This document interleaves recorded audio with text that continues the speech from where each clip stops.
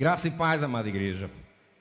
Não é esforço nenhum vir aqui para uma igreja tão querida, para uma igreja que já desempenha parceria conosco já há tanto tempo, né? Desde a época de seminário, quando o pastor Sérgio Lira era o nosso professor, foi orientador de Verônica, foi um mentor em uma dificuldade, um período muito difícil do levantamento de sustento que tivemos. Eu lembro ainda nessa quadra, aqui nessa igreja, apresentando o nosso projeto em 2002, através de transparências. Vocês lembram disso ou não? Os pequenininhos não vão nem lembrar. Mas a primeira vez que nós falamos sobre o projeto de Bangladesh aqui era usando transparência, só para você ter ideia. Mas nos últimos anos, a nossa parceria com a Igreja Presbiteriana de Casa Caiada foi se materializando através, por exemplo, da realização do Perspectivas, o primeiro Perspectivas Olinda. Vocês ficam na história, né? O primeiro Perspectivas Olinda foi realizado na IPCC. Que bom que aqui nós estamos. Hoje a gente tem Vládia, é bom vê-la aqui. Cadê você, Vládia? Estou vendo de novo. Então, Vládia tem aí hoje nosso grande laço de parceria que envolve igreja local com a agência missionária, que faz com que nós possamos nos juntar, dar as mãos e assim poder caminhar proclamando o Evangelho do Senhor Jesus Cristo. E isso é um privilégio. Isso é um privilégio. Deixa eu dizer uma coisa para vocês. A nossa adoração, ela vem de corações gratos pelo que Cristo fez por nós na cruz. E essa é a grande notícia do mundo, tá? A notícia de que o Senhor Jesus, ou melhor, Deus encarnou, Cristo veio ao mundo e aqui ele derrotou a cobiça, aqui ele derrotou o pecado, aqui ele derrotou a morte. Mas a boa notícia não para só por aí. A boa notícia é também que este que derrotou tudo isso, ele há de voltar e há de destruir tentação, pecado e morte. O Evangelho continua. Ele promete a todos aqueles que nele crerem a ter a mesma vitória. E se isso não é razão para celebrar, e mais ainda para informar a nossa vida, eu não sei o que pode ser. Nós estamos nos dirigindo para o estabelecimento pleno de um reino que vai fazer com que todas aquelas mazelas que nos fazem sofrer hoje, elas sejam não só derrotadas, mas eliminadas, destruídas. E um dia não haverá lágrima para escorrer. O sofrimento humano há de acabar. Essa é a grande notícia da história, mas ela não fica só aí. Sabe qual é a segunda grande notícia? A segunda grande notícia é que Deus envolve o seu povo na proclamação dessas boas novas. Faz parte do seu plano. Nós não estamos aqui como igreja simplesmente esperando o Senhor Jesus Cristo voltar e fazer com que tudo isso ocorra, com que esse reino seja estabelecido plenamente. Nós estamos aqui com um mandato, com um chamado, e precisamos entender qual é o nosso papel no meio dele. Como nós devemos estar fazendo uso de todos os talentos, de todos os recursos, de tudo que nós temos, para poder proclamar a glória do autor da nossa salvação. Amém, igreja? E é com esse espírito que eu quero crer, nós estaremos hoje de manhã e hoje à noite falando sobre esse tema, refletindo a respeito desse tema tão importante, que é fazer tudo isso que eu acabei de dizer em países, em contextos difíceis e muitas vezes fechados ao Evangelho do Senhor Jesus. Tá? Isso me toca, né? Porque, como a gente já falou, eu e minha família estivemos durante 14 anos vivendo em contextos assim. Essa foi a nossa história, esse foi o nosso ministério durante 14 anos ali no sul da Ásia. Isso me toca também, porque se você olhar para trás, você vai ver um banner. Se você olhar para trás, pode olhar. Tem um banner da Pioneiros ali que está dizendo: plantando igrejas entre os não alcançados. Gente, falar de países fechados e contextos fechados é falar sobre os não alcançados. Então eu vou mostrar agora para vocês vou mostrar um videozinho que vai explicar o que é um povo não alcançado, tá bom? Então vamos ver.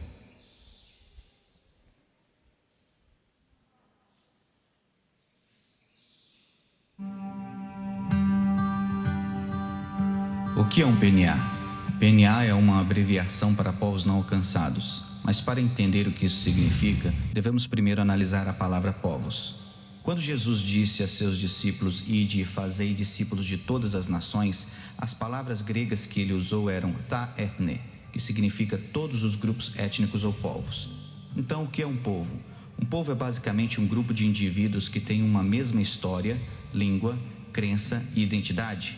São praticamente um grupo de pessoas que considera nós e todos os outros eles. Embora existam cerca de 196 países no mundo hoje, existem mais de 16 mil povos distintos. Vamos pegar o Paquistão, por exemplo. Essa é uma nação, de acordo com os limites geográficos, mas etnicamente o Paquistão tem mais de 400 nações distintas, ou povos, dentro de suas fronteiras. Cerca de 7 mil dos 16 mil povos são considerados PNAs, ou povos não alcançados. Um povo é considerado não alcançado se menos de 2% de sua população é cristã evangélica, ou seja, não existem verdadeiros crentes o suficiente para evangelizar e discipular o restante do seu próprio povo. Quase 3 bilhões de pessoas se enquadram nessa categoria. Mais de 3 mil desses 7 mil povos não alcançados são considerados PNAI, ou seja, povos não alcançados isolados. Esses povos não têm igrejas, não existem crentes entre eles, não há missionários e não tem ninguém ativamente focado em alcançá-los. 95% de todos os povos não alcançados estão localizados na parte do mundo entre 40 graus de latitude e 10 graus de longitude, que se estende do norte da África para o sudeste asiático. Chamamos isso de janela 1040. É na janela 1040 que a maioria das grandes religiões não cristãs tem influência. Neste cinturão encontramos povos tribais, hindus, ateus, incluindo muitos chineses, muçulmanos e budistas. Jesus disse que o evangelho do reino será pregado como testemunha para tha ethne, todos os povos, e então virá o fim. Menos de 3% do total de nossa força missionária transcultural está trabalhando com povos não alcançados. Temos que ir aos não alcançados. Ao mesmo tempo, estima-se que mais de 350 povos não alcançados estão vivendo nos Estados Unidos hoje como imigrantes, refugiados e estudantes internacionais. Temos que dar as boas-vindas aos não alcançados. Cristo nos ordena a fazer discípulos de todas as nações. Jesus está vivo. Sua missão para nós é clara. No entanto, a tarefa continua inacabada.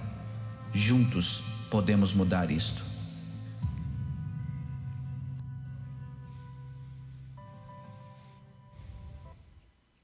Juntos podemos mudar isto. Amém, igreja? Fico feliz de ver essa igreja investindo em povos não alcançados dentro do Brasil, como é o caso de Vládia, atendendo, servindo entre os indígenas brasileiros, que são uma das 8 minorias não alcançadas dentro do país. Mas ainda há muito o que fazer. O clamor, ele continua, e ele é muito parecido com aquele que a gente vê no sonho de Paulo: passa a Macedônia e ajuda-nos. Nós, Igreja do Senhor Jesus Cristo, detentores das boas novas, embaixadores do Senhor Jesus Cristo no mundo, a nós cabe essa responsabilidade. Ninguém mais vai fazer isso. Não é o governo, não são as organizações não governamentais. Ninguém vai fazer isso. Somos nós, a Igreja do Senhor Jesus, que podemos proclamar o seu nome. Queridos, nosso texto hoje está baseado lá no livro de Atos, e eu queria que a igreja mais uma vez colocasse-se de pé em reverência ao texto da palavra de Deus, que se encontra no primeiro capítulo de Atos dos Apóstolos, capítulo 1. Nós vamos ler do versículo 1 até o 9, nós vamos ver aí um trecho muito norteador, revelador, desses últimos momentos de Jesus com os seus discípulos. E nós vamos refletir sobre cada um desses versículos separadamente, extraindo as lições que as Sagradas Escrituras, dessa porção das Sagradas Escrituras, tem para nos ensinar. Diz o texto da palavra de Deus: escrevi o primeiro livro, ó Teófilo, relatando todas as coisas que Jesus começou a fazer e a ensinar, até ao dia em que, depois de haver dado mandamentos por intermédio do Espírito Santo aos apóstolos que escolhera, foi elevado às alturas. A estes também, depois de ter padecido, se apresentou vivo, com muitas provas incontestáveis, aparecendo-lhes durante 40 dias e falando das coisas concernentes ao reino de Deus. E, comendo com eles, determinou-lhes que não se ausentassem de Jerusalém, mas que esperassem a promessa do Pai, a qual disse ele: de mim ouvistes. Porque João, na verdade, batizou com água, mas vós sereis batizados com o Espírito Santo, não muito depois destes dias. Então os que estavam reunidos lhe perguntaram: Senhor, será este o tempo em que restaures o reino a Israel?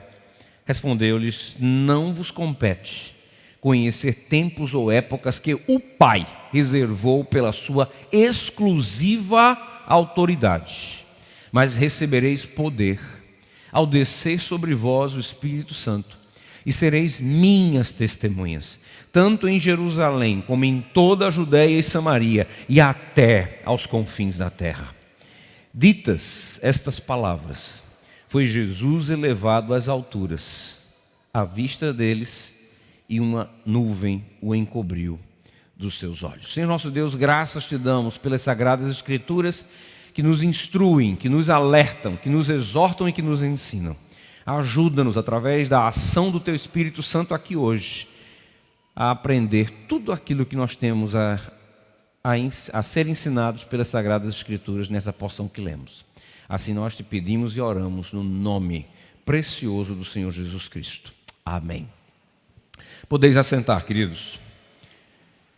Amados, nós vamos estar de versículo em versículo, refletindo sobre alguns pontos importantes. Pode deixar a sua Bíblia aberta nesse trecho da Palavra de Deus, porque aqui nós vamos caminhar, refletir sobre algumas lições, sobre algumas nuances que o texto nos traz. Em primeiro lugar, o livro de Atos dos Apóstolos foi escrito por um companheiro de Paulo, Lucas, que escreveu o Evangelho, que nós conhecemos como Evangelho de Lucas, e um complemento desse Evangelho, que é o livro de Atos dos Apóstolos, que muitos eruditos, muitos teólogos, e eu concordo com eles, afirmam que Atos dos Apóstolos poderia também, muito facilmente, ser intitulado Atos da Igreja. Porque o intuito de Lucas era exatamente mostrar como a igreja do Senhor Jesus Cristo, ou seja, os discípulos do Senhor Jesus Cristo, deram continuidade àquilo que ele começou a fazer e ensinar.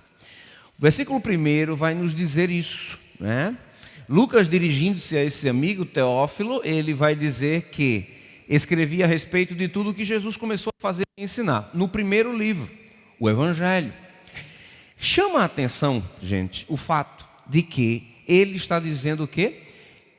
Ele está se referindo àquilo que Cristo começou a fazer e ensinar. Então, o objetivo desse livro é tratar daquilo que Cristo continuou a fazer e ensinar. E aí isso chama a atenção, você sabe por quê?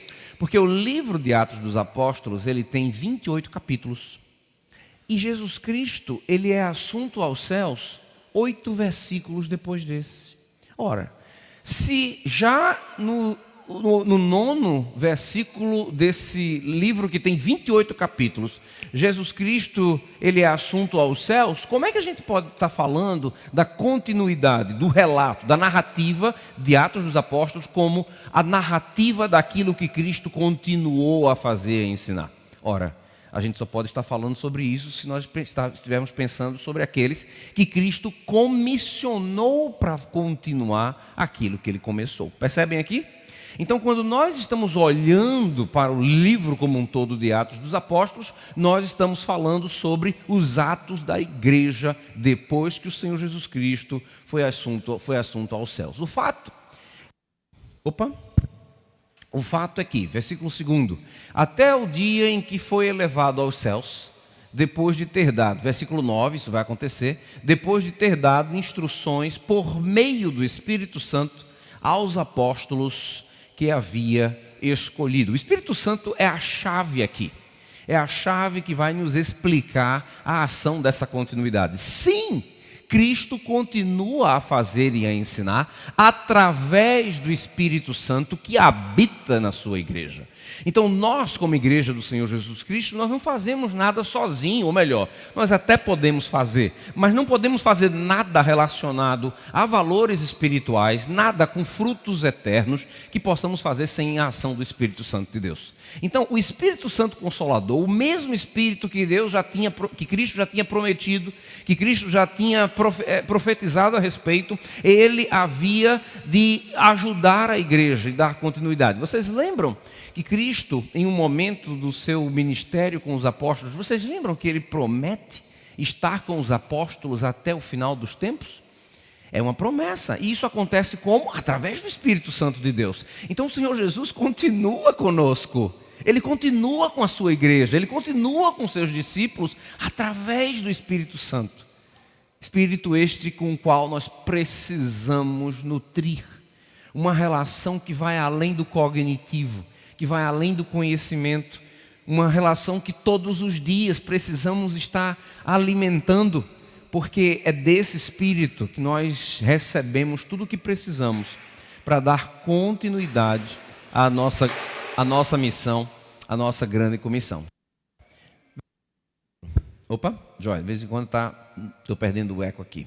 Versículo 3. Perceba o contexto onde estão inseridos os apóstolos, tá joia? Depois do seu sofrimento, Jesus apresentou-se a eles e deu-lhes muitas provas indiscutíveis de que estava vivo. Apareceu-lhes por um período de 40 dias, falando-lhes acerca do reino de Deus. Então, depois dos acontecimentos da cruz, depois da ressurreição, Cristo passa 40 dias tendo vários encontros com muitas pessoas. Nós temos o relato de alguns desses encontros, e ele vai usar aqueles 40 dias como momento final de ensino, momento final de instrução, de mentoria, preparando a igreja, preparando os seus discípulos para aquilo que aconteceria com a sua ascensão. Ele preparava um grupo de líderes que precisariam dar continuidade a tudo aquilo que ele começou a fazer e a ensinar. Esse é o contexto que nós vemos nessa porção da palavra que nós acabamos de ler. Eu fico só, me coloco, e muitas vezes eu me coloco no lugar dos apóstolos do Senhor Jesus Cristo, e fico imaginando a alegria deles de estar. Vamos pensar aqui um pouquinho, antes de falar sobre isso. Coloque-se no lugar de um apóstolo do Senhor Jesus, que olhava para o seu mestre como alguém que ele via, que ele considerava, que ele acreditava ser o Messias, o prometido, o libertador, aquele que traria liberdade a Israel, aquele que poria um fim às mazelas experimentadas por Israel. Claro, eles tinham um conceito de Messias que não estava em sintonia com o ensinamento das Sagradas Escrituras. A gente sabe disso, mas havia aquela expectativa.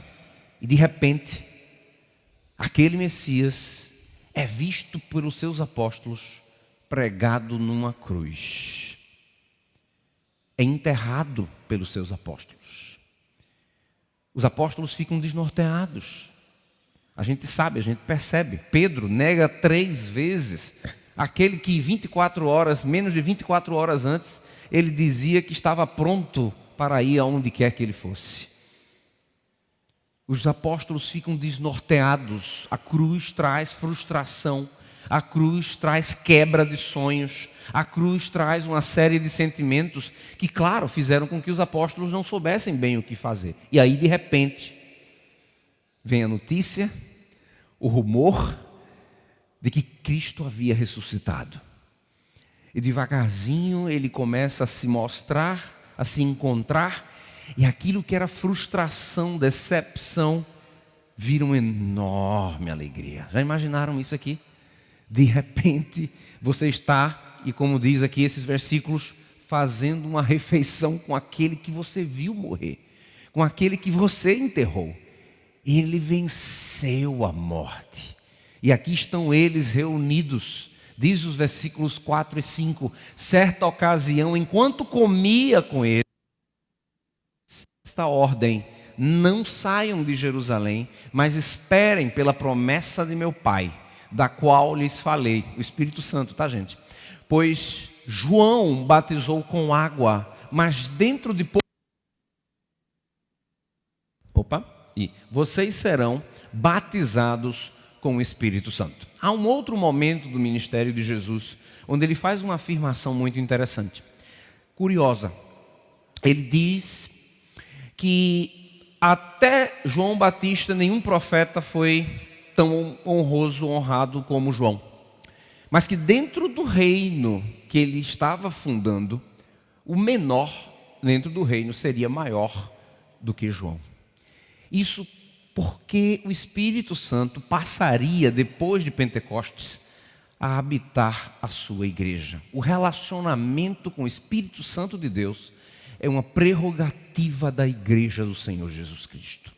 Por isso era tão importante que os seus discípulos esperassem pelo Espírito Santo, sem o qual nada poderiam fazer de valor eterno. O Senhor Jesus já tinha falado bastante a respeito do Espírito Consolador, os evangelhos nos mostram. E agora ele diz, mais alguns dias, e vocês conhecerão o Espírito Santo do qual eu falei. Então aqui eles estão nesse momento de intimidade, tendo uma refeição juntos, e o Senhor Jesus, como ele sempre fez, usando os momentos naturais, normais da vida cotidiana, para ensinar, para instruir. O Senhor Jesus, ele vai começar uma conversa, uma instrução muito importante. Então os que estavam reunidos lhe perguntaram, na verdade ele já começa no 5, né? Ele já começa no 5 falando a respeito da vinda do Espírito. E aí o 6, ele vai nos mostrar uma interrupção daquela conversa que Cristo, daquela instrução que Cristo começou no versículo 5. Então os que estavam reunidos lhe perguntaram, Senhor, é neste tempo que vais restaurar o reino a Israel? Amados irmãos e irmãs, entendam o contexto dos apóstolos. Como eu falei para vocês, a expectativa deles acerca do Messias é que o reino de Israel fosse restaurado. Na sua visão limitada, na sua teologia limitada, os apóstolos esperavam que aquele reino que havia sido ou existido na época de Davi havia de ser restaurado. Ora, sim, o Senhor Jesus estava estabelecendo um reino, mas um reino bem diferente daqueles que eles esperavam. O Senhor Jesus Cristo, ele começa aquelas instruções e os apóstolos vêm com essa pergunta, que sem dúvida nenhuma é uma pergunta importante. A gente não pode negar. É uma pergunta importante. Os judeus estavam no século I dominados por Roma, viviam sob o jugo de Roma. Impostos altíssimos faziam com que suas vidas fossem extremamente dificultadas. Eles não tinham a liberdade política de tomar decisões por si mesmos. É claro que você pensa, né, quando estaremos livres, como podemos estar livres? O Senhor Jesus pode nos livrar. E eles vêm com essa pergunta, será, Senhor, esse momento em que hás de restaurar o reino de Israel? O que eles não perceberam é que Cristo começou a falar no versículo 5 de algo muito mais importante. Algo, na verdade, essencial. E só entendendo isso, você compreende a rispidez da resposta do Senhor Jesus no versículo 7, tá? O Senhor Jesus vai dizer, ele lhe respondeu, não lhes compete saber os tempos ou as datas que o Pai estabeleceu pela sua própria autoridade. Perceba aqui, eu coloquei esse celular aqui na frente, não foi à toa. Eu coloquei esse celular porque essa pergunta que os discípulos fizeram era uma distração. Era uma distração. Era um assunto importante que eles queriam tratar com o Senhor Jesus, mas eles não perceberam que Cristo já tinha começado a tratar de algo ainda muito mais importante. Então, quando o Senhor Jesus ele dá essa resposta, que sim, ela é ríspida. Sim, ela é ríspida, porque ele percebe que os discípulos não entenderam a importância do que ele estava falando. Queridos, há muitas distrações que podem nos tirar do foco do propósito essencial do nosso Senhor, do Senhor da igreja. Não são poucas. Não são poucas as distrações. E ou melhor, a maioria delas, muitas não, a maioria dessas distrações, elas são importantes. São razões nobres. São causas interessantes aos olhos dos homens, aos olhos da igreja. Mas o fato é que nesse tempo limitado, ou melhor, no mundo caído, nós somos limitados. Os nossos recursos são limitados. O nosso tempo, a nossa energia, as nossas finanças. E não há nenhum problema de nós tratarmos daquilo que é importante, desde que não abramos mão do que é essencial. O que não pode acontecer, é gastarmos tempo com coisas secundárias, embora importantes, abrindo mão daquilo que é essencial, daquilo que não pode deixar de acontecer. E os discípulos, eles estavam indo naquela direção, quando o Senhor Jesus Cristo dá essa resposta, e aí no versículo 8, ele redireciona a conversa. E ele começa com essa preposiçãozinha aqui, mais, que no grego é ala, que trata exatamente disso. Redirecionar o diálogo. Mudar a direção da conversa. Eles estavam distraídos e o Senhor Jesus, no versículo 8, volta para a direção que eles nunca deveriam ter saído. E essa direção envolve a promessa do Espírito Santo que haveria de vir. E através dessa promessa, a realização da grande comissão, o ser minhas testemunhas. Com o Espírito Santo que habita em nós, somos capacitados para estarmos desde Jerusalém, no caso de vocês, Olinda, até Judeia e Samaria, aqui Pernambuco, Alagoas, né, Vládia? E indo até os confins da terra. Até os confins da terra, os lugares fechados, sobre os quais o pastor Ronaldo me pediu para refletir hoje com vocês. O direcionamento é dele. Não somos nós como agência, não é a igreja como denominação ou como comunidade local que vai dizer ou nos direcionar para onde devemos ir. O Senhor Jesus Cristo já fez isso. O que nós precisamos fazer é facilitar. É como podemos facilitar a mobilização dessas testemunhas. Isso precisa ocorrer. Como igreja, como agência, como comunidade, como denominação, como organização, não importa. A nossa função é ajudar essas testemunhas a, desde Jerusalém, Olinda, Recife, até os confins da terra, poderem realizar o seu mandato. Cumprir a sua obra. A sua responsabilidade. Amados, perceba no versículo 9 que essas foram as últimas palavras do Senhor Jesus Cristo antes de ser assunto aos céus. Eu sinto muita saudade de muitas coisas que nós experimentamos no campo missionário e na época em que nós estávamos indo e vindo, né? Morando na Índia e Bangladesh.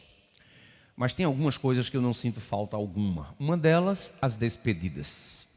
Terrível. Chegar ali no aeroporto para me despedir de pais, irmãos, amigos, horroroso, sempre foi. Quando os filhos vieram, meu Deus, se tornou um pesadelo maior ainda. Não sinto falta dessas despedidas. E naqueles momentos finais, especialmente para o tipo de campo que nós estávamos, é claro que passava a ideia, né? Passava na cabeça, será que eu vou rever a minha mãe, o meu pai? Numa dessas despedidas eu revi a minha avó pela última vez, eu perdi uma avó quando eu estava no campo. Então você, quando tem essa noção, quando tem essa concepção, você precisa fazer bom uso daqueles últimos momentos ali com entes queridos, com pessoas amadas. E eu tenho certeza que isso não era diferente com o Senhor Jesus.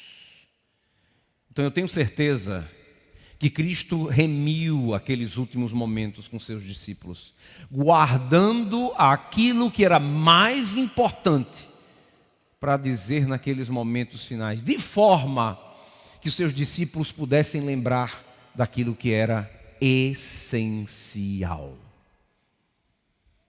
Não são quaisquer palavras, são as últimas instruções do Senhor Jesus para os seus discípulos. E aqui eu quero encerrar. só falando dessas 3 aplicações e talvez de algumas implicações logo depois. A primeira delas, queridos, a Bíblia, ela desperta. Assim como os apóstolos que estavam distraídos, pensando em coisas que, apesar de importantes, não eram essenciais, nós também somos tentados e caímos muito nessa tentação de usar do nosso tempo, dos nossos recursos, da nossa energia para tratar de coisas que são importantes. Mas perceba que existem aquelas essenciais que não podem deixar de fazer. Não podemos deixar de fazer. Então a Bíblia, ela deve nos exortar no sentido de nos ajudar a entender o que é aquilo que nós estamos fazendo como crentes ou como igreja, que está roubando o nosso tempo, a nossa energia, os nossos recursos da nossa atividade essencial como igreja. Tem muitas coisas que nós podemos fazer, mas a proclamação do Evangelho do Senhor Jesus Cristo só pode ser feita pela igreja do Senhor Jesus. Tem muitas outras coisas que podem ser feitas por ONGs, pelo Estado, por associações, organizações, clubes.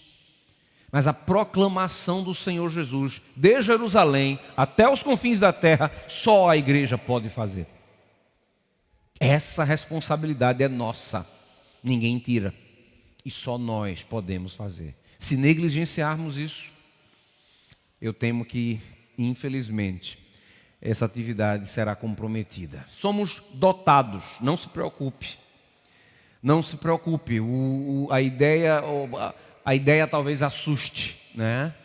Mas é o Espírito Santo que habita na igreja, que nos dá tudo o que precisamos para poder nos capacitar. Ele nos dota de tudo o que necessitamos. Ele predestina não somente os fins, ele predestina os meios também.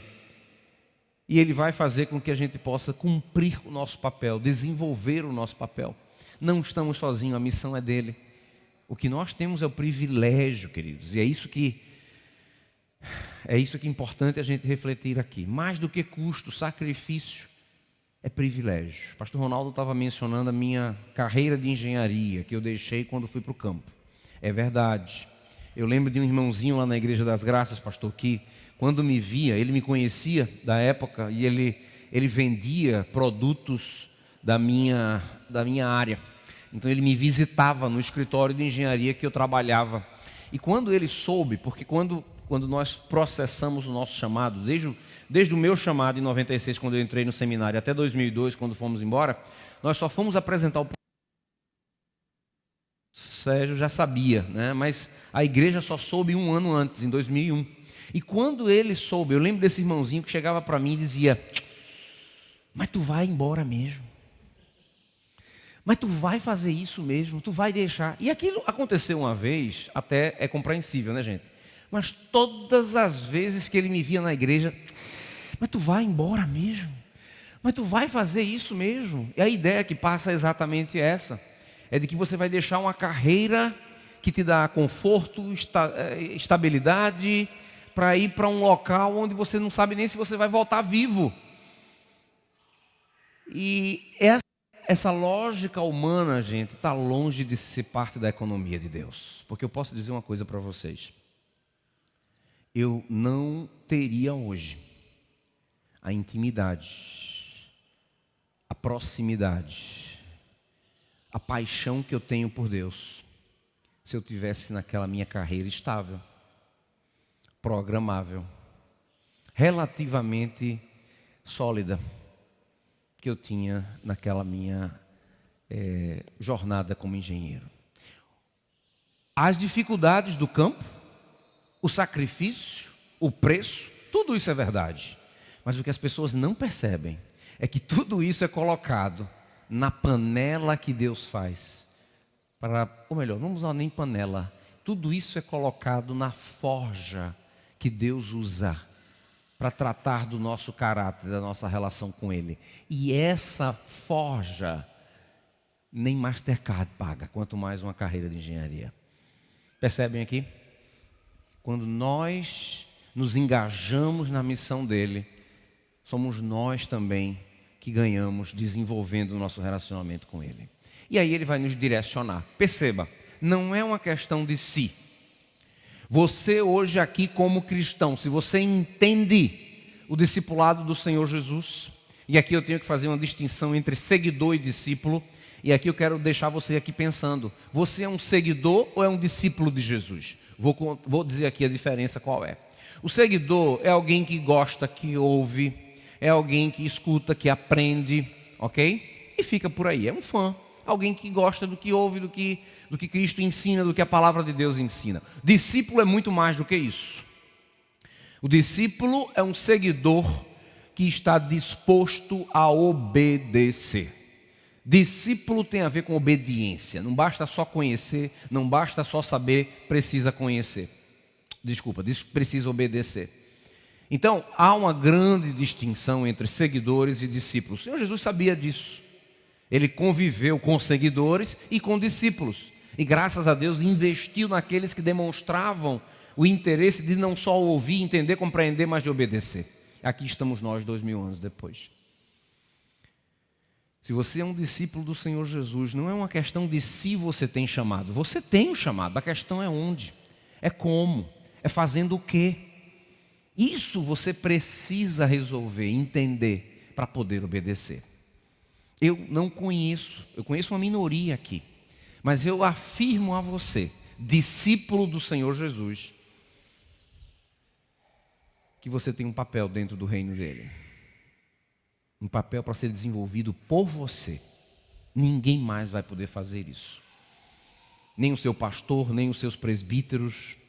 É você que foi chamada por ele para fazer parte do seu reino. E a grande pergunta é, qual é o seu papel no meio disso tudo? Eu não sei, mas você precisa responder essa pergunta. Amados, rapidamente, só relembrando, que de Jerusalém até os confins da terra nós somos chamados, com vistas a quê? A encher a terra da sua glória. Deixa eu só voltar aqui. A ideia é que a igreja possa se multiplicar, que as testemunhas possam se espalhar e assim encher a terra da glória de Deus. Por quê? Porque qualquer foco menor do que o globo não é digno do nosso Criador. Que Deus possa ajudar você a responder essas perguntas, a entender o seu papel e principalmente a obedecer. Vamos continuar aqui refletindo na escola dominical, no culto da noite, mas a minha oração é que o Espírito Santo de Deus possa conversar com você no dia de hoje, pensando, refletindo sobre os países fechados, mas principalmente sobre o seu papel no meio da grande comissão. Amém, queridos? A gente retorna daqui a pouquinho.